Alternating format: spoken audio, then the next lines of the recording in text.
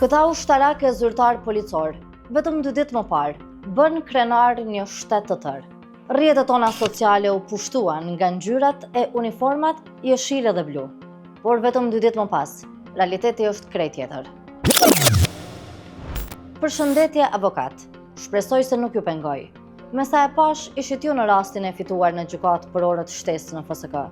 Kur mundem në ditët në VM, me e bën një konsult ose paditë ngjashme, se pothuajse e kemi të gjithë hallin e njëjtë për orët shtesë. Këtë mesazh nuk e ka shkruar kushdo.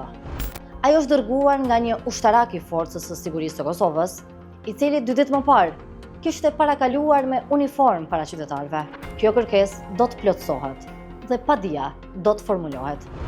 Por ai është vetëm njëri mes qindras të tjerëve që kanë vendosur ta përdorin fuqinë e ligjit për të marrë atë që u takon. Ata po e padisin institucionin ku shërbejnë, Ministrinë e Ushtrisë e Shtetit, për cilin kanë veshur uniformën. Qeveria e Kosovës nuk ka paguar orët shtesë e të kujdesarisë, siç e parashoi ligji. Madje edhe zbatimi i pjesshëm që kishte nisur me vonesë, tashmë prej rreth 1 viti, është ndërprer plotësisht. Problemi nuk kufizohet vetëm te FSK-ja.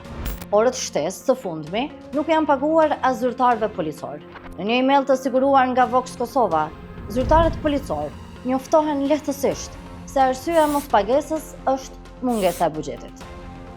Ndër ata zyrtar policor janë edhe mbrojtja afër te kryeministrit e ministrave, që gjatë fushatës kanë pushuar vetëm 3 orë në 24 orë. Ata nuk mund të paguhen për punën që e kryen, pikërisht në fushatën kur Kurti vendosi të shpërndajnë nga 100 euro për fund vit për disa kategori, por jo të paguaj ata që bën thjesht punën e tyre. Nga parada e krenarisë tek paditë në gjykatë, drejtuar institucioneve të krenarisë, fatkeqësisht, diferenca është vetëm 24 orë.